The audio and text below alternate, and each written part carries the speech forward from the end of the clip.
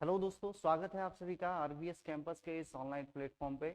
मैं हूं ब्रजेश यादव और हम फिजिक्स और केमिस्ट्री के बेहतरीन कॉन्सेप्ट्स के साथ डील करने वाले हैं। तो दोस्तों, अभी मैं फिलहाल फिजिक्स के कुछ टॉपिक्स के साथ में आपसे बातें करूंगा। हम केमिस्ट्री का भी टॉपिक डिस्कस करेंगे आपके साथ। आज मैंने फिजिक्स का एक बेहतरीन टॉपिक ले रखा है जिसका नाम है मापन, जिसको हम बोलते हैं मेजरमेंट। मापन या इसी का क्या नाम है, मेजरमेंट। तो मापन क्या होता है, हम मापन के बारे में डिस्कस करेंगे। मापन किसे कहते हैं, किसका मापन किया जाता है, इन्हीं सब चर्चाओं के बारे में हम आज डिस्कशन करने वाले हैं। चलिए तो स्टार्ट करते हैं क्लास को बिना डिले किए हुए। सो जैसा कि मैंने आपको बताया, हमारा आज का पहला टॉपिक है मापन, जिसको हम इंग्लिश में बोलते हैं मेजरमेंट।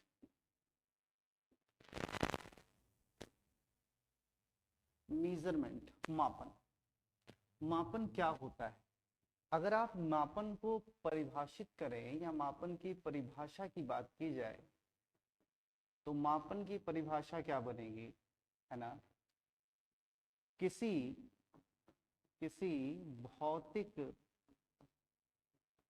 किसी भौतिक राशि को किसी भौतिक राशि को उस राशि के उस राशि के निश्चित परिमाण से निश्चित परिमाण से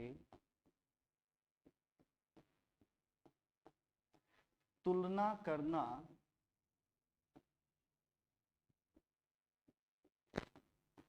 मापन कहलाता है। मापन कहलाता है। क्या होता है मेजरमेंट, मैंने डेफिनेशन के तौर पे आपको बता दिया है। आप इसको नोट कर सकते हैं, अपनी नोटबुक में नोट डाउन कर सकते हैं। क्या होता है मेजरमेंट? जैसे मान लीजिए आपको 1 किलो चीनी लेनी है, तो आप जब किसी शॉप पे जाएंगे, किसी दुकान पे जाएंगे, तो चीनी को एक तरफ रखा जाएगा और 1 किलो का जो बट्टा होगा उसको एक साइड रखा जाएगा। अब क्या किया जा रहा है, दोनों की तुलनाएं की जा रही है, दोनों का मेजरमेंट किया जा रहा है। तो किसी भी राशि का उसके एक निश्चित परिमाण से तुलना करना क्या कहलाता है? मापन कहलाता है, मेजरमेंट कहलाता है। अब यहां से कुछ क्वेश्चंस आपके माइंड में आ रहे होंगे। पहला क्वेश्चन कि भौतिक राशि क्या होती है ना? भौतिक राशि क्या होती है, फिजिकल क्वांटिटी क्या होती है? सो आइए देखते हैं क्या होती है भौतिक राशि। क्या होती है आपकी भौतिक राशि? क्योंकि तुलना तो हमें भौतिक राशि की ही करनी है, तो भौतिक राशि के बारे में भी पता होना जरूरी है।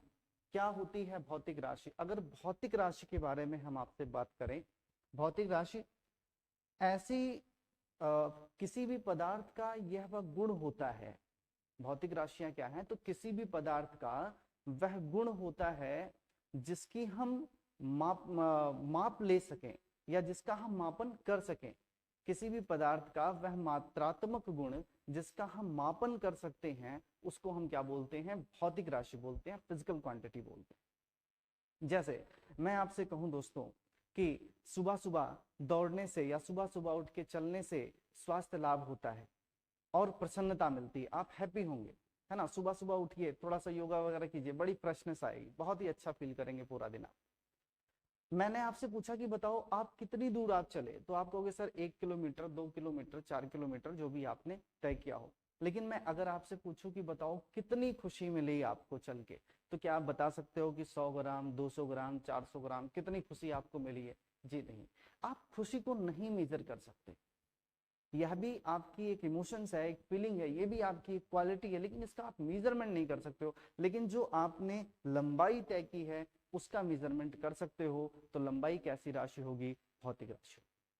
ऐसी जितनी भी क्वांटिटीज हैं जिनका हम मापन कर सकते हैं, उनको हम क्या बोलते हैं? तो उनको हम भौतिक राशि बोलते हैं या फिजिकल क्वांटिटी बोलते हैं। तो आशा करता हूं दोस्तों कि भौतिक राशि का कॉन्सेप्ट आपको जबरदस्त तरीके से समझ में आया होगा। चलिए हम थोड़ा सा भौतिक राशि के क्लासिफिकेशन की बात कर लेते हैं कि भौतिक राशि को कितने वर्गों में विभाजित किया गया है, भौतिक राशि का वर्गीकरण किस प्रकार से किया गया है। भौतिक राशि को दो प्रकार से वर्गीकृत किया गया है ना। पहला होगा आपका मात्रक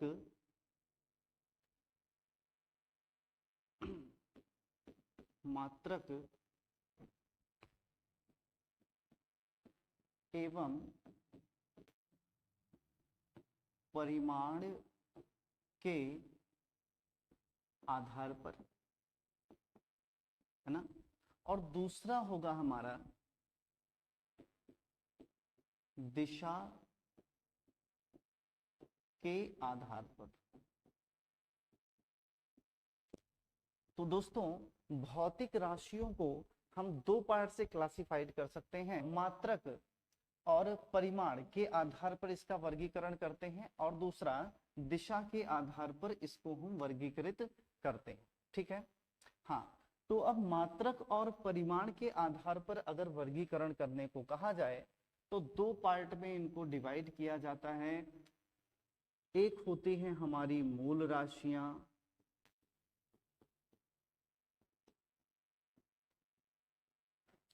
और दूसरी होती हैं हमारी व्युत्पन्न राशियां।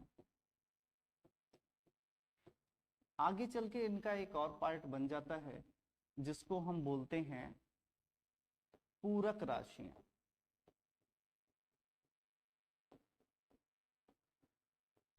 तो बताइए दोस्तों, मात्रक और परिमाण के आधार पर कितने प्रकार की होंगी? मात्रक और परिमाण के आधार पर ये तीन प्रकार की हो जाती हैं टोटल। एक होगी आपकी मूल राशियां, दूसरी होंगी आपकी व्युत्पन्न राशियां, और तीसरी हो जाएगी आपकी पूरक राशि, ठीक है।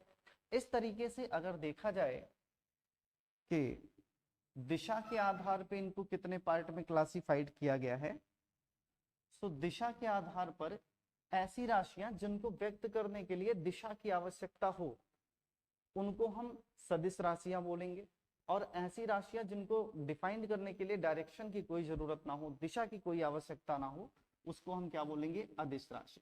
तो यह भी दो प्रकार की हो गई, एक हो आपका सदिश और दूसरी हो गई अदिश। तो आपने देखा कि भौतिक राशियों को दो प्रकार से विभाजित किया गया, मात्रक और परिमाण के आधार पे, दूसरा दिशा के आधार पे। मात्रक के आधार पे आपने देखा तीन राशियां बनती हैं, एक आपकी मूल राशि होगी, दूसरी व्युत्पन्न राशि होगी, तीसरी आपकी पूरक राशि होगी। और दिशा के आधार पे आपने देखा एक आपकी सदिश राशि होगी, दूसरी आपकी अदिश राशि। अब इन्हीं राशियों को हमें वन बाय वन डिस्कस करना है, एक एक करके इनके बारे में हम शॉर्ट रिव्यू देखेंगे इनका क्या होता है। तो चलिए सबसे पहले हम बात करेंगे मूल राशियों के बारे में। मूल राशियों के बारे में, तो मूल राशियां क्या होती हैं, है ना। इसकी परिभाषा आप लोग लिख लीजिएगा, ऐसी राशियां जिनको व्यक्त करने के लिए किन्हीं अन्य राशियों की आवश्यकता नहीं होती, उन्हें हम मूल राशियां, यह पूर्णतया स्वतंत्र होती हैं। मूल राशियों की संख्या कितनी है? तो मूल राशियों की कुल संख्या कितनी है? 7 है। कौन कौन सी है फटाफट देख लेते हैं।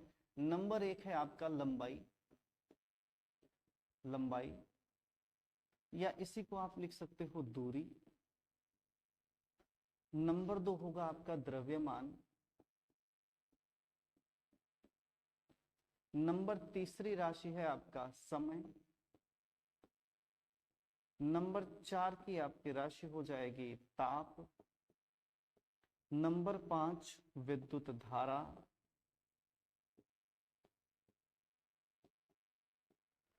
नंबर 6 हो जाएगी ज्योति तीव्रता।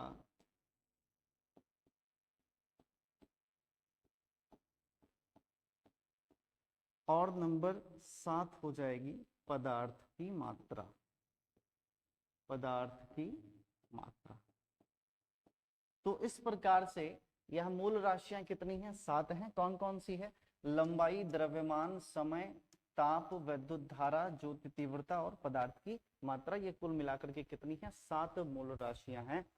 इन्हीं को रिप्रेजेंट करने के लिए जो मात्रक बनाए गए हैं उन्हें हम बोलते हैं मूल मात्रक। क्या बोलते हैं? मूल मात्रक बोलते हैं, ठीक है।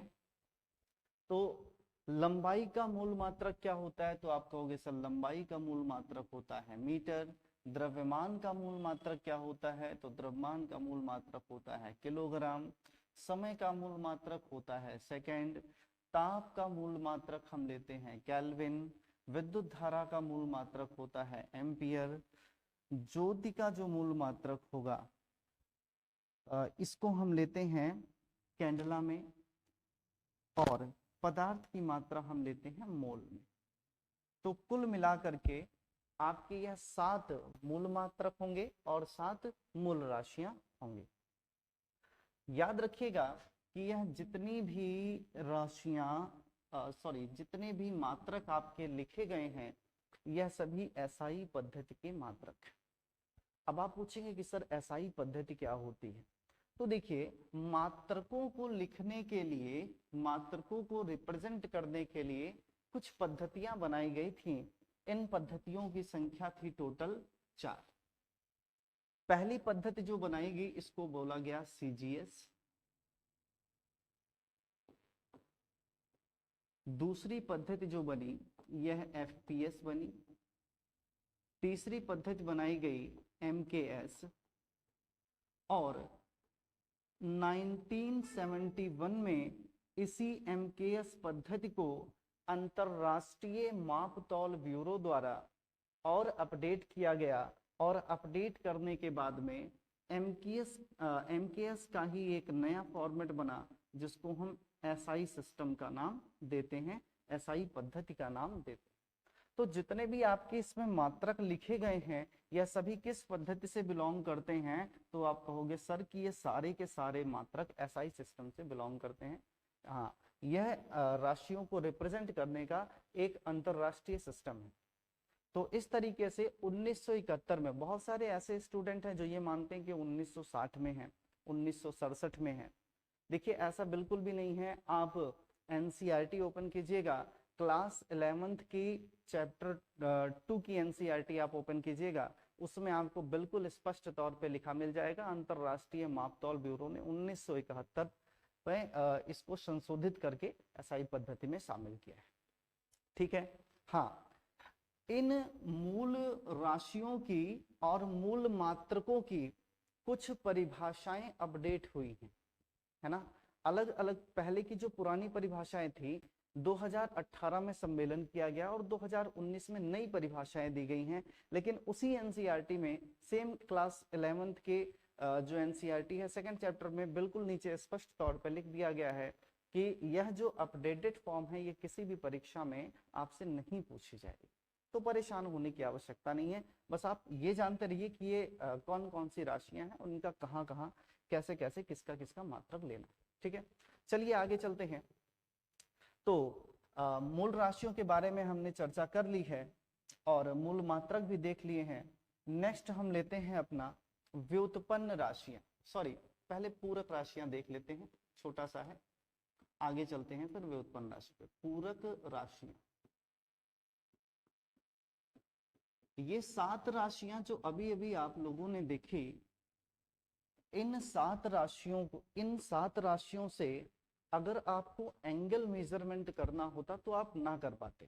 जैसे अगर आपको लंबाई मापनी होती तो आपने मीटर स्केल उठा लिया, द्रव्यमान मापना है आपने केजी का कोई किलोग्राम का बाट उठा लिया। अगर आपको समय में मेजरमेंट करना है आप 1 second 2 second 10 second 100 second measure कर सकते हो। अगर टेम्परेचर मेजरमेंट करना है तो आप केल्विन का यूज कर सकते हैं। विद्युत धारा मेजर करनी है एम्पियर का आप यूज कर सकते हैं। लेकिन अगर पूछा जाए कि वृत्त के अंदर कोण कितना बन रहा है या किसी ट्राइंगल का एंगल कितना है तो उसको आप नहीं मेजरमेंट कर सकते। इसलिए इसको और थोड़ा सा इजी बनाने के लिए, सुलभ बनाने के लिए पूरक राशियों को रिप्रेजेंट किया गया। तो पूरक राशियों में सिर्फ 2 ही राशियां रखी गई हैं। पहली राशि है आपकी कोण और दूसरी राशि होगी घन कोण। दूसरी राशि होगी क्या? घन कोण। तो पहली राशि है कोण और दूसरी राशि है घन कोण, एंगल एंड सॉलिड एंगल।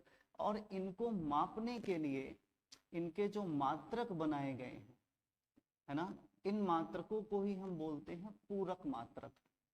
पूरक मात्रक। तो जो मात्रक बनाए गए हैं, कोण का पूरक मात्रक होगा रेडियन और घन कोण का मात्रक होगा स्टेरेडियन। स्टेरेडियन।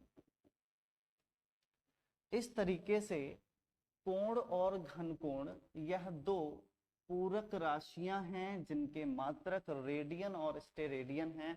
एग्जाम के पॉइंट्स ऑफ व्यू से इनके मात्रक इंपॉर्टेंट है आपके लिए। कोण या घन कोण का मात्रक पूछा जाएगा तो कोण का मात्रक आप बताएंगे रेडियन होता है और घन कोण का मात्रक बता देंगे आप स्टेरेडियन होता है। ठीक है, तो चलिए हमने यहाँ पर पूरक राशियों की चर्चा कर ली है। नेक्स्ट हम चलते हैं अपना व्युत्पन्न राशियों के बारे में देखते हैं। व्युत्पन्न राशियां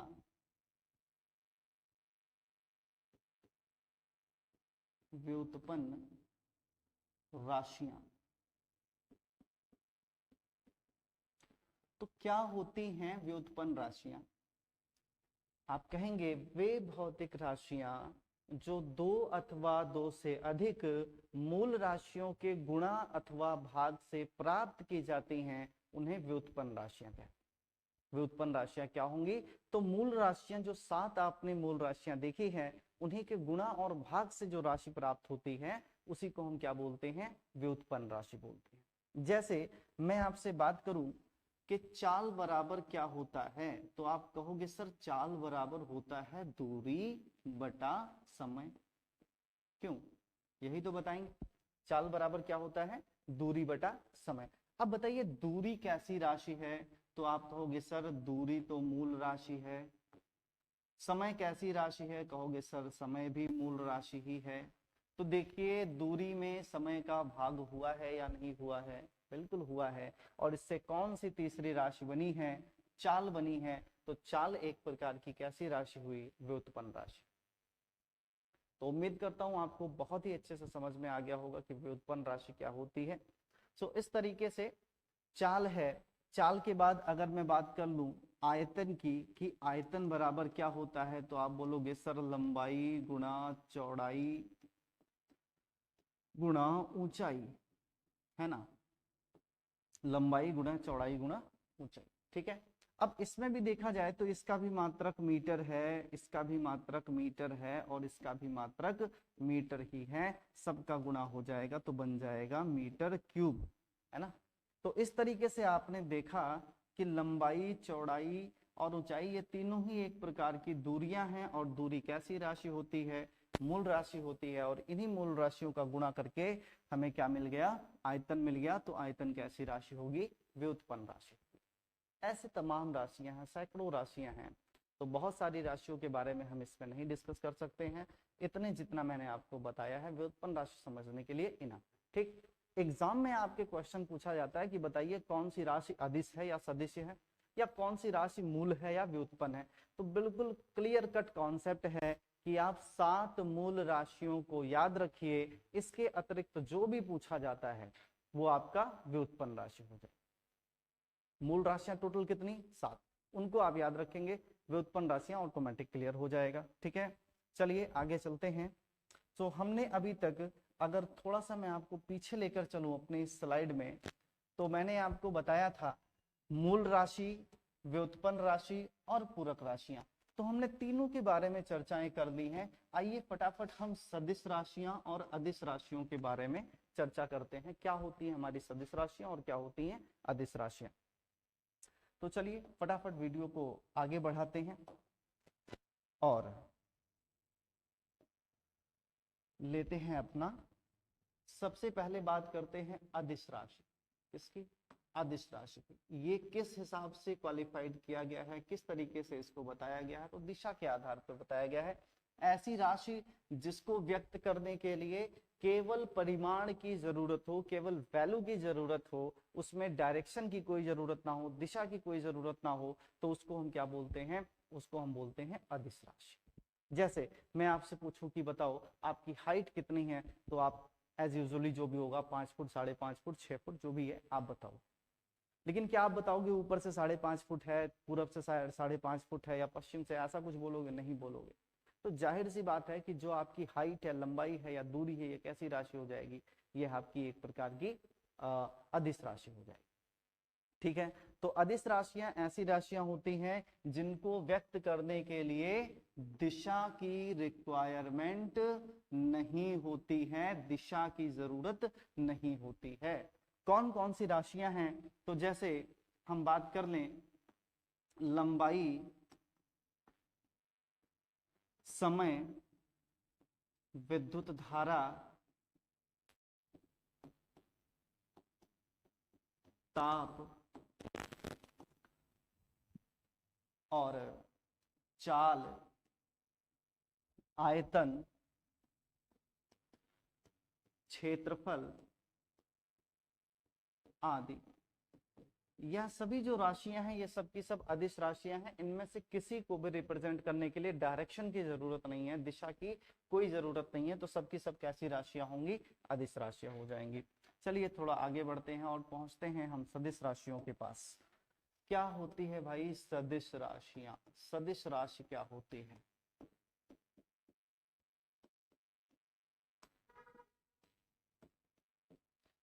सदिश राशियां क्या होती हैं? ऐसी राशियां जिनको व्यक्त करने के लिए परिमाण के साथ साथ दिशा की भी जरूरत हो, तो उसको हम क्या बोलेंगे? उसको हम बोलेंगे सदिश राशि। जैसे मैंने आपसे कहा कि आपको किसी वस्तु पर 20 न्यूटन का बल लगाना है, तो आप मुझसे जरूर पूछोगे कि सर किधर से बल लगाना है, राइट से लगाना है, लेफ्ट से लगाना है, ऊपर से लगाना है या नीचे से लगाना है? तो बल एक प्रकार की कैसी राशि हो जाएगी? बल एक प्रकार की आपकी सदिश राशि हो जाएगी। अगर मैं आपसे कहूं कि किसी वस्तु को डिस्प्लेस करना है, मैंने आपसे कहा हमारे यहाँ एक पॉट है, इसको उठा के रख दीजिए, तो आप जरूर पूछोगे सर कहाँ रखना है? कहाँ का मतलब आप डायरेक्शन पूछ रहे हैं, किस डायरेक्शन में रखना है? तो विस्थापन या डिस्प्लेसमेंट जो होगा वह कैसी राशि होगी? एक प्रकार की सदिश राशि। ऐसी राशियां जिनको व्यक्त करने के लिए परिमाण के साथ साथ, वैल्यू के साथ साथ दिशा की भी रिक्वायरमेंट होती है, उनको हम क्या बोलते हैं? सदिश राशियां बोलते हैं। जैसे विस्थापन, वेग, त्वरण, संवेग, आवेग,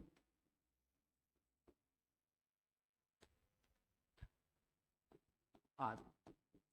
तो यह सारी जो राशियां हैं ये सब की सब कैसी राशियां हैं? तो सब की सब आप कहोगे सर ये सदिश राशियां हैं, ये सब की सब आपकी कैसी हैं? तो आप कहोगे सर ये वेक्टर क्वांटिटीज हैं, सदिश राशियां। चलिए, तो इस तरीके से राशियों का यह प्यारा सा कॉन्सेप्ट था जो आशा करता हूं बहुत ही अच्छे से समझ में आया होगा। कुछ और बातें आपसे डिस्कस करनी है, जैसे लंबाई के छोटे और बड़े मात्रक जो एग्जाम्स के लिए बहुत ही इंपॉर्टेंट है, पूछे जाते हैं कभी कभी। तो आइए फटाफट इन पे एक नजर डाल लेते हैं हम लोग। जैसे अगर बात की जाए आपसे कि लंबाई का सबसे छोटा मात्रक बताओ, लंबाई का सबसे छोटा मात्रक, तो आप देख रहे हैं कि 1 फर्मी बराबर 10 की घात 15 होती है और यह लंबाई का सबसे छोटा मात्रक है। इसमें नाभिक की त्रिज्या को मेजर किया जाता है। किसकी? नाभिक की त्रिज्या को मेजर किया जाता है। ठीक है, ऐसे ही पिकोमीटर है जिसकी वैल्यू होती है 10 टू द पावर -12। एक एंगस्ट्राम की value 10 to the power -10 metre होती है। और यह किसको मेजरमेंट करता है? तो याद रखिएगा, वेवलेंथ, तरंग दैर्ध्य। यह एग्जाम में पूछा गया प्रश्न है कि तरंग दैर्ध्य को किस में मेजर किया जाता है? तो तरंग दैर्ध्य को एंगस्ट्राम में मेजरमेंट किया जाता है और एक एंगस्ट्राम बराबर कितना होता है? 10 की घात -10 मीटर के बराबर का होता है। ऐसे ही नैनोमीटर, तो नैनोमीटर कितने का होता है? 10 की घात -10 का। माइक्रोमीटर कितने का होता है? 10 टू द पावर -6 मीटर का होता है। 1 सेंटीमीटर कितना होता है? तो 10 की पावर -2 मीटर का होता है। किलोमीटर की बात अगर कर लें तो देखिएगा ऊपर जितनी भी राशियां थी यह छोटी से छोटी थी, जैसे जैसे टॉप पे आप जा रहे थे आपको छोटी राशियां मिल रही थी, यहां से आपको बड़ी राशियों के बारे में देखने को मिलेगा। अगर बात करें 1 किलोमीटर की, तो 1 किलोमीटर में 1000 मीटर होते हैं। कितने? 1000 मीटर, या इसी को 10 टू द पावर 3 मीटर भी लिखा जा सकता है। एक मील में कितना होता है, तो एक मील में 1760 गज या 1.6 किलोमीटर या फिर 1600 मीटर होते हैं। कितने? 1600 मीटर होते हैं। चलिए फटाफट देखते हैं, एक टेरामीटर कितने के बराबर होता है, तो 10 की घात 12 के बराबर होता है। अगर प्रकाश वर्ष की बात करें, डियर स्टूडेंट्स, आपके एग्जाम में कभी कभी प्रकाश वर्ष की डेफिनेशन पूछ ली जाती है। तो प्रकाश द्वारा निर्वात में एक वर्ष में तय की गई दूरी को प्रकाश वर्ष कहते हैं। आ गई बात समझ में? प्रकाश द्वारा निर्वात में एक वर्ष में तय की गई दूरी को क्या बोलते हैं? प्रकाश वर्ष कहते हैं। आप जानते हैं एक वर्ष में कितने दिन होते हैं? 365 दिन होते हैं। एक दिन में कितने घंटे होते हैं? 24 घंटे होते हैं। 24 घंटे में मिनट कितने होंगे बताइए? तो कहोगे सर 60 से गुणा कर दो, और सेकंड में बदलने के लिए इसको किससे मल्टीप्लाई करेंगे? 60 से मल्टीप्लाई कर देंगे।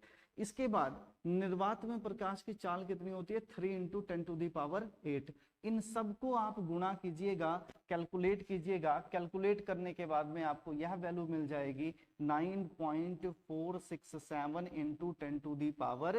10⁻15 मीटर, है ना। या फिर इसी को 10⁻16 मीटर के आसपास भी लिखा जा सकता है। ठीक है, तो इस तरीके से प्यारा सा कैलकुलेशन है, आप खुद भी कर सकते हैं, प्रैक्टिकली जान सकते हैं। अगर नहीं याद आ रहा है तो ऐसे भी आप करके निकाल सकते हैं।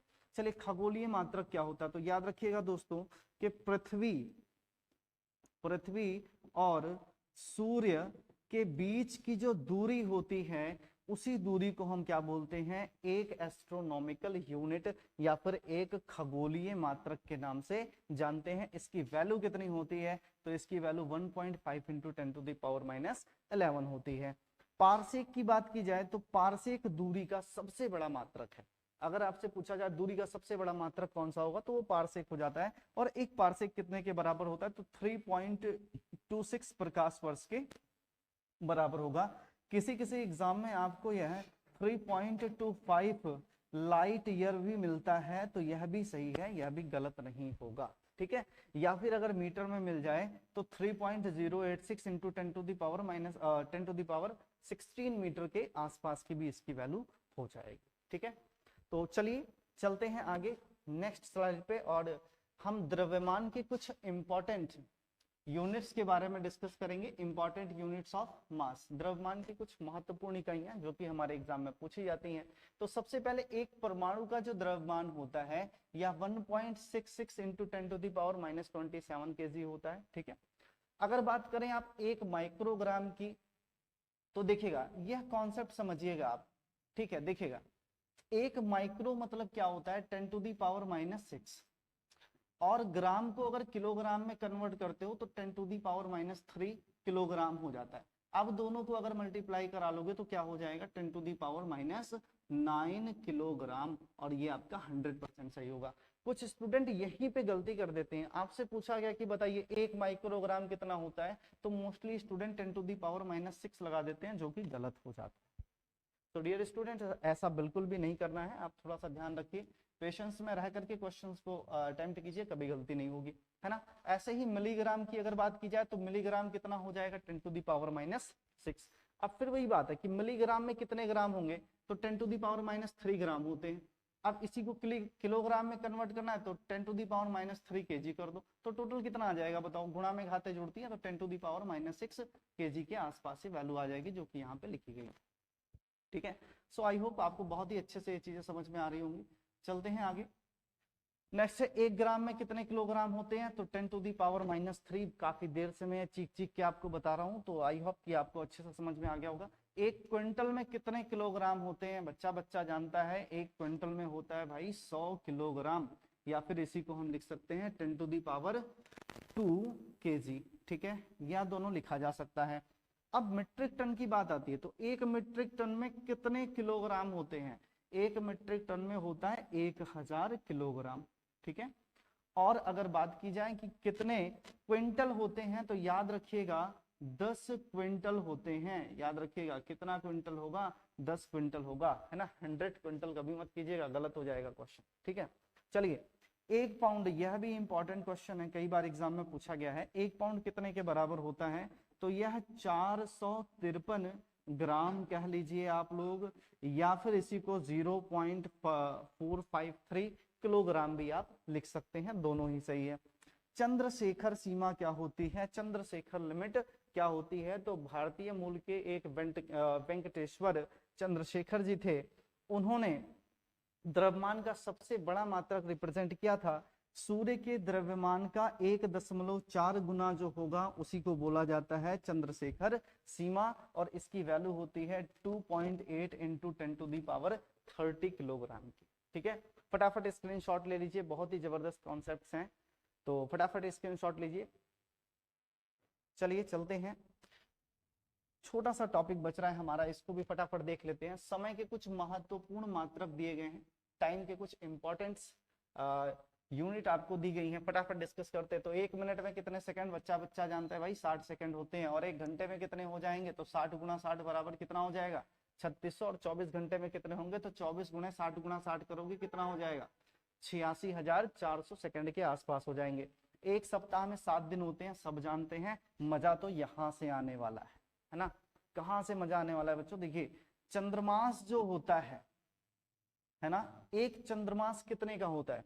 तो एक चंद्रमास होता है 28 दिन का। अब कुछ लोगों के मन में ये कॉन्सेप्ट छुपा हुआ होता है कि चंद्रमास मतलब चंद्रमा जितने दिन दिखाई देगा और जितने दिन नहीं दिखाई देगा। इसमें गलती हो जाती है। 15 दिन तो चंद्रमा दिखाई देता है तो आपको लगता है चंद्रमास 15 दिन का होता है और सौरमास 30 दिन का। बिल्कुल गलत कॉन्सेप्ट है। याद रखिए, चंद्रमास अगर पूछे तो चंद्रमा द्वारा पृथ्वी का कंप्लीट अराउंड करने में 30 दिन का जो टाइम लगता है, 28 दिन का जो समय लगता है, उसी को हम क्या बोलते हैं? चंद्रमास बोलते हैं। और ये कितने दिन का होता है? हमेशा 28 दिन का होगा। ऐसे ही अगर सौर मास की बात की जाए तो सौर मास 30 दिन या 31 दिन का होगा, और फरवरी में ये 28 या 29 दिन का होगा। अगर साधारण वर्ष है तो 28 दिन, लीप वर्ष पड़ गया तो 29 दिन का हो जाएगा। ठीक है, ऐसे ही एक वर्ष में कितने चंद्रमास होते हैं? तो 13 चंद्रमास होते हैं और 1 दिन होता है। ठीक है, ये भी इंपॉर्टेंट क्वेश्चन। लीप ईयर्स में 366 दिन होते हैं, हर स्टूडेंट जानता है, इसमें कोई भी ऐसा छुपा हुआ राज नहीं है। इस तरीके से हमने फटाफट मोस्ट इंपॉर्टेंट क्वेश्चंस के बारे में डिस्कस किया है। आशा करता हूं दोस्तों कि आज का सेशन आपको अच्छे से समझ में आया होगा। बहुत ही जबरदस्त कॉन्सेप्ट मैंने आपको डिलीवर किए हैं। बने रहिए आप लोग हमारे साथ इस RBS कैंपस के ऑनलाइन प्लेटफॉर्म में, और फिजिक्स और केमिस्ट्री के सारे टॉपिक्स हम आपको बहुत ही आसान वे में एक्सप्लेन करवाएंगे। तो मिलते हैं दोस्तों अगली वीडियो में। तब तक आप सभी स्वस्थ व्यस्त और मस्त रहिए, अपना और अपनों का ख्याल रखिए। जय हिंद।